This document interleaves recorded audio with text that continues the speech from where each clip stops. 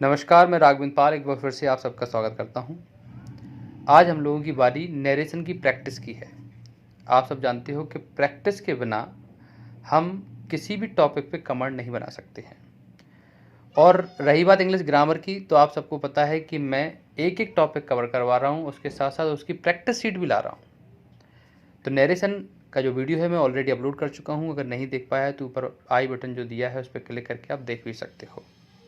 चलिए शुरुआत करते हैं प्रैक्टिस शीट 1 की। पहला क्वेश्चन। अब ये प्रैक्टिस शीट 1 में करेंगे क्या हम, तो करेक्ट द फॉलोइंग सेंटेंसेस। एक सेंटेंस आपको नजर आएगा, उसको करेक्ट करना है कि कहाँ गलती है।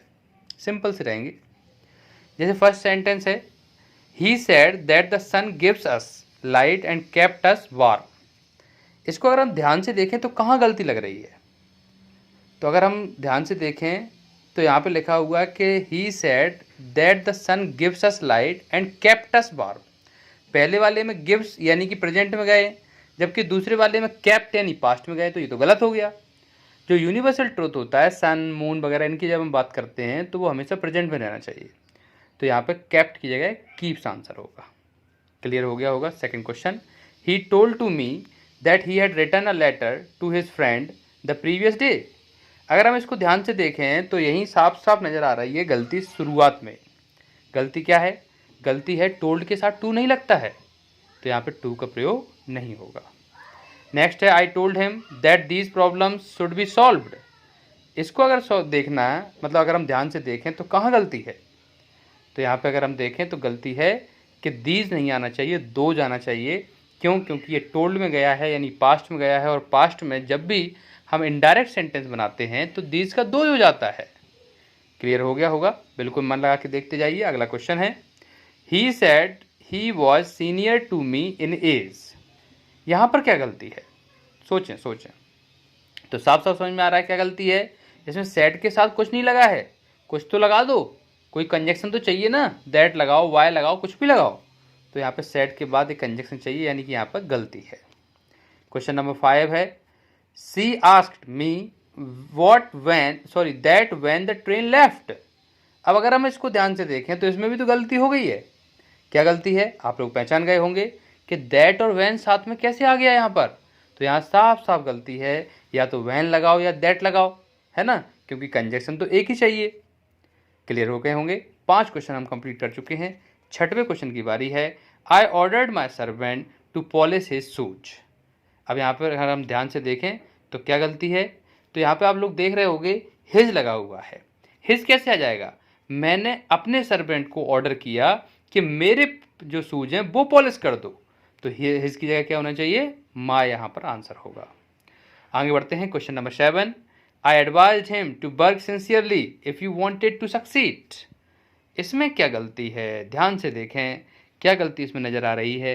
तो अगर आपने नरेशन ढंग से पढ़े होंगे तो आपको पता होगा कि यू को बदलते हैं, यू को यू में थोड़ी रखते हैं। तो यू क्यों सेकंड पर्सन है, इसको तो बदलते ही है। तो यहाँ पे यू जो है वो नहीं आना चाहिए, यू की जगह कोई दूसरा शब्द आना चाहिए जो बदलेगा। जैसे यू किस में जाएगा? ऑब्जेक्ट में जाएगा, तो हिम आना चाहिए, हिम का ही होना चाहिए यहाँ पर। तो यहाँ पे गलती है, यू नहीं आना चाहिए। Next, I requested him that help me. इसमें क्या गलती है देखते हैं। तो यहाँ पे साफ साफ नजर आ रहा है रिक्वेस्ट का यूज हुआ है। मैंने आपसे बोला था कि रिक्वेस्टेड वाले सेंटेंस में कंजक्शन हमारा टू लगता है, तो दैट यहाँ पर क्या कर रहा है? दैट हटेगा और यहाँ पर टू लगेगा। क्लियर हो गया होगा। नेक्स्ट क्वेश्चन है 9th question, he wished that you might win a prize. इसको अगर हम ध्यान से देखें तो यहाँ पर क्या गलती हुई है, तो देखिए फिर यहाँ पर यू का प्रयोग हुआ है।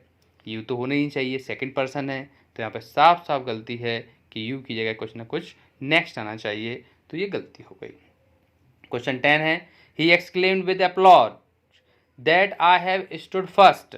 भैया क्या गलती नजर आ रही है? तो देखो आगे एक्सक्लेम लगा है, पास्ट में बात जा रही है, जबकि आगे यहाँ पे दैट के बाद आई के बाद हैव क्या कर रहा है? हैव की जगह हैड आना चाहिए, पास्ट की बात पास्ट में रहना चाहिए, तो यहाँ पर हैड आंसर होगा। नेक्स्ट है 11th, he greeted me and asked where was I going. इसमें क्या गलती है? दिमाग लगाइए, इसमें क्या आंसर हो सकता है। तो देखो यहाँ पे वेयर के बाद वॉज लिखा है, जबकि वेयर एक कंजक्शन है और कंजक्शन के बाद हमेशा सब्जेक्ट आता है। तो यहाँ पे वेयर वॉज आई नहीं होना चाहिए, वेयर आई वॉज होना चाहिए। तो ये हमारी गलती है। नेक्स्ट है 12th question, they said that he use to help us in need.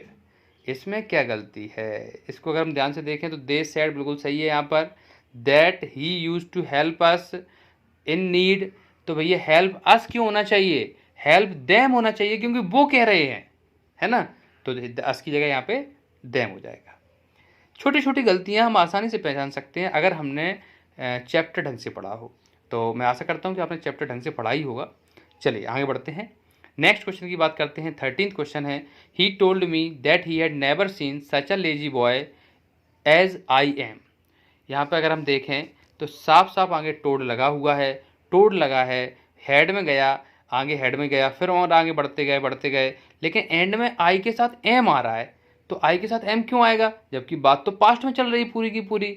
तो एम की जगह वॉज आना चाहिए, क्योंकि बात किस में है? पास्ट में है। नेक्स्ट क्वेश्चन है, अगर हम नेक्स्ट क्वेश्चन की बात करें तो हम लोग अभी तक 13th क्वेश्चन कर चुके हैं। 14th क्वेश्चन क्या कह रहा है, यहाँ पे ध्यान से देखते हैं। तो 14th क्वेश्चन कह रहा है, he enquired us whether we were going away that day. यहाँ पर एक नज़र आ रही गलती, वो इंक्वायर्ड के साथ ऑफ का प्रयोग होना चाहिए, क्योंकि इंक्वायरी कर रहे हैं हमसे, तो ऑफ लगेगा। ठीक है। 15th question, he said that God was everywhere. अब भैया साफ साफ नजर आ रहा है कि he said that God was everywhere. अब ये जो गॉड हैं, भगवान है, वो हर जगह हैं, तो वॉज में ले जाने की क्या जरूरत है? वो तो यूनिवर्सल ट्रुथ है, वो प्रेजेंट में रहेगा, तो वॉज की जगह इज यहाँ पर लगेगा। तो आंसर हो जाएगा ही said that God is everywhere. I hope आप लोगों को समझ में आ चुके होंगे। ये 15 क्वेश्चन आप लोगों को बहुत मदद कर रहे होंगे, और ऐसे बहुत सारी प्रैक्टिस मैं अगली सेट में लेके आऊँगा, प्रैक्टिस सेट 2 में, फिर प्रैक्टिस सेट 3 भी लेके आएंगे, और एक एक आपके जितने भी कन्फ्यूजन हैं उनको दूर करेंगे। अगर आपको वीडियो पसंद आया है तो ज़रूर इसको शेयर करें और चैनल को सब्सक्राइब करें, अगर आपको बहुत सारे ऐसे वीडियो चाहिए तो। चलिए मैं मिलता हूँ नेक्स्ट वीडियो में। Thank you very much, thanks a lot.